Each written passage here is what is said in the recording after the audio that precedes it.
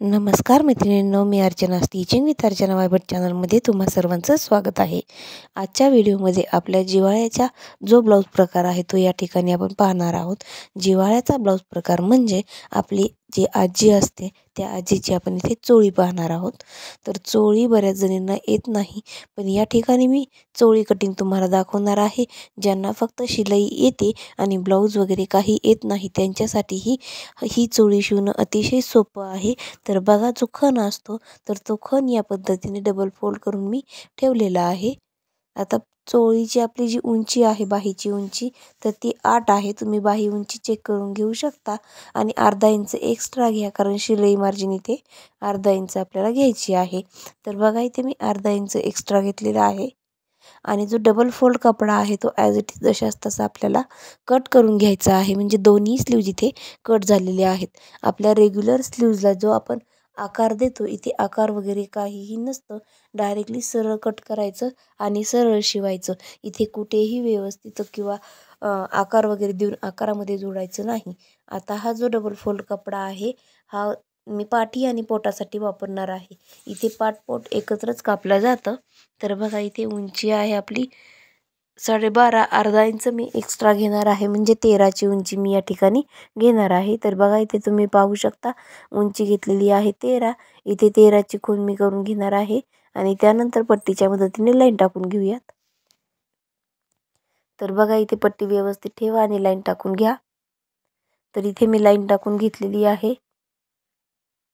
आता इथे direct cutting करून घ्यायचं आहे, जसं आपण बाहीचं कटिंग केलं सेम त्याच पद्धतीने। आणि इथेही आपल्याला पाठपोट वेगळं करून घ्यायचं आहे। आता पाठीत आणि पोटात काय फरक राहतो तर ते इथे समजावून सांगते। बघा, आपले इझिली 3 बोटं आपण इथे घेऊ शकतो। बघा, इथे 3 बोटं कमी करा किंवा टेपच्या मदतीने 1.5 इंच कमी करा। तर बघा, इथे थोडासा फरक आहे। 1.5 इंच कमी केलं तरीही चालतं आणि हाताची 3 बोटं कमी केलं तरीही चालतं। तर बघा, या पद्धतीने एक लाईन टाकून घ्यायची आणि फक्त आपल्याला एकच भाग कट करायचा आहे। इथे दोन्ही भाग कट करायचे नाहीत। तर मी इथे एकच भाग कट केलेला आहे। आता हा जो भाग आहे छोटा तर तो पाठीचा आणि मोठा जो भाग आहे तो पोटाचा भाग राहील। तर पाठीचा भाग आपण थोड्या वेळापुरता बाजूला करून घेऊयात। तर इथे पाठीचा भाग मी बाजूला करून घेतलेला आहे। आता जो पोटाचा भाग आहे तो पहा, या ठिकाणी इथे अर्धा करायचा आणि सेंटर काढायचं। तुम्हाला हवा असेल तर तुम्ही कट करून घ्या, किंवा नसेल तर तुम्ही स्टिचिंग करताना थोडं स्टिचिंग करून नंतर कट करायला सोपं जातं, नंतरही कट करू शकता। तर पहा, या ठिकाणी आता मी इथे पाठ आणि पोट एकत्र जोडणार आहे। आता इथे पहा, हा जो कपडा उरलेला आहे याच्यामधून आपल्याला लाग काढायचा आहे। लाग म्हणजे पाठ, पोट आणि बाही यांच्या मध्यभागी जो जोडलेला कपडा असतो याला लाग म्हणतात। तर बघा, इथे सगळं आपलं कटिंग आहे पाठ, पोट आणि बाहीचं। याला अगोदर आपण स्टिचिंग करून घेऊया आणि लाग जे आहे ते नंतर कट करून घेऊयात। तर बघा, आता आपल्याला स्टिच करायचं आहे। स्टिच करण्यासाठी आपण जे अगोदर कट केलेले पॅटर्न आपल्याजवळ होते ते सगळे पॅटर्न इथे आहेत। बघा, हे पाठीचा आणि पोटाचा पॅटर्न आहे। बाही आणि लाग जो कपडा आहे तुम्ही थोड्या वेळापुरता बाजूला ठेवणार आहे। तर बघा, इथे पाठ आणि पोट लहान मोठं जरी असलं तरी कपडा उलटा सुलटा चेक करून घ्या आणि बरोबर या पद्धतीने एकमेकांवरती ठेवायचं आणि ते शोल्डरची टीप टाकून घ्यायची आहे। ही जी आपण टीप टाकत आहोत याला शोल्डर म्हणतात आणि याला दाब टीप टाकून घेणार आहोत आपण। बघा, या पद्धतीने कपडा फोल्ड करायचा आणि दाब टीप टाकून घेऊयात। तर पहा, इथे माझी दाब टीप टाकून झालेली आहे। आता त्यानंतर जी बाही आहे तर ती बाही कशी जोडायची तेही तुम्हाला दाखवते। तर बाही जोडताना हा जो कपडा आहे आपण स्टिच केला, आता याचं शोल्डरचं सेंटर न काढता बरोबर अर्धा कपडा करायचा आणि याचं सेंटर काढायचं आहे आपल्याला। अर्ध बरोबर इकडे अर्धे आणि इकडं अर्ध या पद्धतीने सेंटर काढायचं आहे। इथे सेंटर काढून घ्यायचं दोन्हीचंही आणि इथे सेंटरवरती आपल्याला आता बाही जोडायची आहे। तर बाहीचंही आपण सेंटर काढून घेणार आहोत। तर बघा, इथे बाही फोल्ड करून घ्यायची आणि सेंटरवरती खूण करून घ्यायची आहे। आता बघा, ही खुणीला खूण मॅच करायची आणि सरळ टीप टाकून घ्यायची आहे। कुठेही वाकडी तिकडे टीप आपल्याला इथे टाकायची नाही, किंवा याचं कटिंगही कुठेही वाकडं तिकडं नाहीये, एकदम सरळ असं कटिंग आहे। इथे बघा, इथे पहा, या ठिकाणी मी 3च्या पॉईंटने टीप टाकून घेत आहे। त्यानंतर याला दाब टीप टाकून घेणार आहोत आपण। तर बाहीच्या साईडला आपल्याला दाब टीप टाकायची आहे। बाहीवरती आपली दाब टीप आली पाहिजे। बघा, या पद्धतीने मी बाहीवरती दाब टीप टाकून घेतलेली आहे। आता याही साईडची बाही सेम त्याच पद्धतीने जोडायची आणि दपटीप टाकून घ्यायची आहे. बघा सेंटर काढून घेत आहे मी इथे. सेंटरला सेंटर मॅच करायचा आहे आणि याच्यावरती टिप टाकून घ्यायची आहे. बऱ्याच आपल्या आजींना जे आहे चोळी शिवताना मॅचिंग थ्रेड नको असतो, त्यांना व्हाईट थ्रेड हवा असतो. कारण पूर्वी मॅचिंगचा दोरा मिळत नव्हता, त्यामुळे ते व्हाईट दोऱ्यानं शिवायचे. पण चोळी शिवताना व्हाईट दोऱ्यामध्येच खूप छान दिसते मैत्रिणींनो. इथे मी व्हाईट दोरा या आजींना नको होता म्हणून मी इथे मॅचिंग दोरा वापरलेला आहे. पण शक्यतो तुम्ही व्हाईट दोरा वापरला तरी खूप सुंदर दिसते. इथे प्रत्येक आजीची चोळी ती व्हाईट दोऱ्यामध्ये शिवलेली असते. तर बघा इथे जी आपली बाही आहे दुसरी ती आपली शिवून झालेली आहे. तर बघा हा आकार कसा दिसत आहे. अजिबात ब्लाऊजचा लूक कुठेही दिसत नाहीये याला. पण बघा आता इथे मी जो आपण सेंटर काढला होता हा या पद्धतीने सेंटर धरायचा आणि याचा सेंटरवरती गळा आखून घ्यायचा आहे. तर बघा आता याचं जे शोल्डरची टीप टाकलेली होती तिथे मी 2 इंचाची एक खूण करून घेणार आहे. बघा इथे या पद्धतीने खाली 4.5 इंचावरती एक खूण करायची आहे शोल्डरपासून. आणि इथे बॅक साईडला अंदाजे अर्धा इंच मी गळ्याला आकार दिलेला आहे आणि इथे गोल आकार समोरून देत आहे. तर बघा इथे माझा जो गळा आहे इथे कट करून झालेला आहे. गळा जर आपण अगोदर कट केला तर इथे स्टिचिंग करायला थोडासा प्रॉब्लेम येतो. त्यामुळे गळा या पद्धतीने नंतर कट केला तरीही चालतं. खूप सोपं पद्धत आहे ही. शोल्डरला शोल्डर मॅच होत नाही कधी कधी, मग कमी जास्त होतो, गळा लहान मोठा होतो. त्यामुळे या पद्धतीने गळा कट करायचा आणि जिथे आपण अगोदर एक लाईन आखली होती तिथे कट करून घ्यायचं. म्हणजे इथे पूर्ण आता स्टिचिंग म्हणजे चोळीचा आकार इथे आलेला आहे. बघा इथे आता ज्या साईडला आपण उलट आहे त्या साईडने बघा या पद्धतीने थोडंसं आपल्याला इथे फोल्ड करून घ्यायचं आहे. तर मी इथे फोल्ड करून घेणार आहे. बघा किती थोडासा कपडा इथे मी फोल्ड केलेला आहे. अजिबात जास्त कपडा इथे जाऊ देऊ नकात.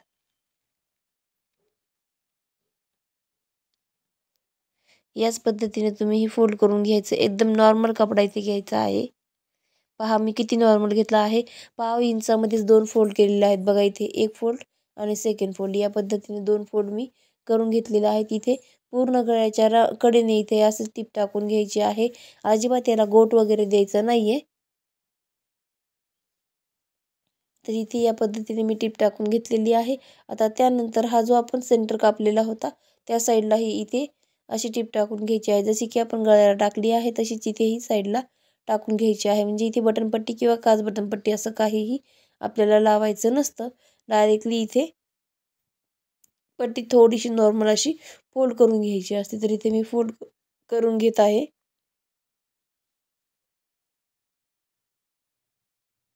दोन्ही साईडला मी लगेचच फोल्ड करून घेतलेला आहे.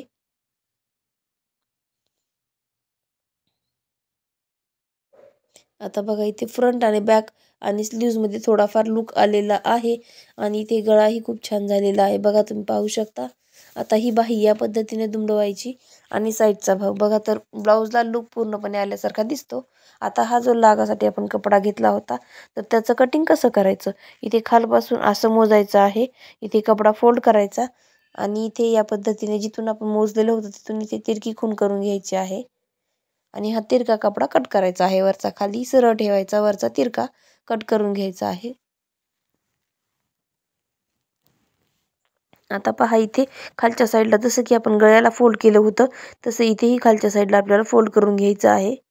दोन्हीही लागांना आपण इथे फोल्ड करून घेणार आहोत आणि फोल्ड करताना उलट्या साईडला फोल्ड करायचं, उलट्या साईडला नाही. तर बघा इथे दोन्ही मी फोल्ड करून घेतलेलं आहे. आता हे जोडायचं कसं. ज्या ठिकाणी आपला इथे पोटाचा भाग आहे तिथपासून स्टार्ट करायचा आहे आणि बाहीकडे इथे टीप टाकत टाकत न्यायचा आहे. इथे बघा आपण जो प्रेस सारखा आकार केला होता इस्त्री सारखा तो इथे येईल आणि इथून कपडा थोडासा वळण घेईल म्हणजे बाहीकडे जाणार आहे. जिथे की आपल्या इथे एकदम स्क्वेअर आकारामध्ये होता. तर बघा हा कपडा पलटी करून याच्यावरती आपण दाबटीप टाकून घेणार आहोत. आता दुसऱ्या साईडला कसं जोडायचं आहे तेही दाखवते. आता हे पहा एका साईडचं आपलं जोडून झालेलं आहे. आता हा जो बाहीचा प्रकार आहे तो या बाहीला बाही जोडायची आणि ही पाठ आणि पोट एकत्र करायचं आहे. बघा पाठीवर पोट एकत्र मांडायचं आणि बाहीची अर्धी करून घ्यायची आहे. तर आणि हा जो भाग आहे तो या पद्धतीने पुन्हा जोडून घ्यायचा आहे. सेम याच पद्धतीने तुम्ही हे करणार आहात. अजिबात ब्लाऊज येण्याची तुम्हाला या ठिकाणी काही गरज नाही. ज्यांना ब्लाऊज जमत नाही तेही या प्रकारची चोळी शिवू शकतात. पण चोळी शिवताना मात्र पांढऱ्या कलरचा दोरा वापरला तर अजून खूप सुंदर लुक येतो इथे. इथे मॅचिंग शक्यतो कोणीही वापरत नाही, पण काही जणांना मॅचिंग लागतं म्हणून इथे मॅचिंग वापरायला सांगितलेलं आहे. तर बघा बाहीला बाही इथे सरळ टीप टाकून घेऊन जोडून घ्यायची आहे.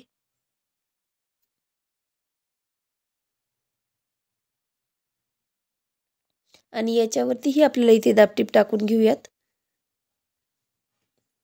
इथे मी दाबटीप टाकून घेतलेली आहे. याच प्रकारे तुम्ही ही दाबटीप टाकून घ्या आणि इथे बाहीपर्यंत दाबटीप टाकायची आहे म्हणून कपडा एकदम व्यवस्थित धरायचा आहे. इथे बघा मी दोन्ही हाताच्या मदतीने ते कपडा धरलेला आहे आणि टीप टाकून घेणार आहे.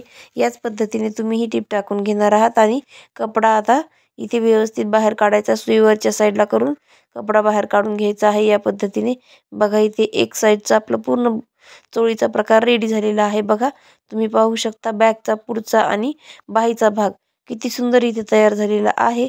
आता या साईडला ही जो लाग आहे तो मी जोडून घेणार आहे. बघा पहा या ठिकाणी आता हा जो लाग आहे उलटा सुलटा चेक करून मी या ठिकाणी जोडून घेत आहे.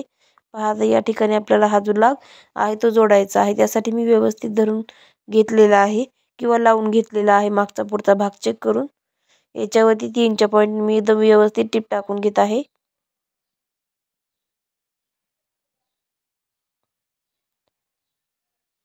तर पहा इथे माझी टीप झालेली आहे. आता याच्यावरती आपल्याला दाबटीपही लगेच टाकून घ्यायची आहे. तर मी इथे दाबटीपही टाकून घेणार आहे. दाबटीप टाकताना मात्र लागावरती आली पाहिजे. तर पहा इथे लागावरती दाबटीप आलेली आहे. आता हा ही बॅक आणि फ्रंट जो आहे एकत्र करण्यासाठी इथे टीप टाकून घ्यायची आहे आपल्याला. आणि इथे टीप टाकल्यानंतर लगेचच याच्यावरती आपल्याला दाबटीप टाकून घ्यायची म्हणजे अतिशय व्यवस्थित हा प्रकार जो आहे ब्लाऊजचा तो इथे रेडी होईल. पहा या ठिकाणी मी अगोदर टीप टाकत आहे आणि त्यानंतर इथे दाबटीप टाकून घेणार आहे. इथे माझी टीप झालेली आहे. आता कट करून मी आतल्या साईडला पलटी करून इथे दाबटीप टाकून घेत आहे. पहा मी इथे दाबटीप टाकून घेतलेली आहे. एक्स्ट्राचे दोरे वगैरे असतील तर तेही लगेचच कट करून घ्यायचे आहेत आपल्याला. आता इथे मी कट करून घेतलेला आहे. बघा चोळीला आकार किती सुंदर आलेला आहे आणि चोळी खूप सुंदर अशी इथे दिसत आहे. इथे खालच्या साईडला गाठ द्यायची असते चोळीला. एकच वरच्या साईडला गुंडी असते. बघा इथे गाठ द्यायची आणि वरी गुंडी लावून घ्यायची आहे इथे. आणि बघा पफ किती छान क्रिएट झालेला आहे म्हणजे चेस्ट इथे व्यवस्थित बसतात या पद्धतीने इथे पफ झालेला आहे. मैत्रिणींनो जर तुम्हाला माझा व्हिडिओ आवडत असेल तर लाईक शेअर आणि सबस्क्राईब करायला विसरू नका. पहा इथे माझी चोळी किती सुंदर झालेली आहे. ज्याला स्टिचिंग येत नाही त्यालाही जमेल अशी ही चोळी झालेली आहे.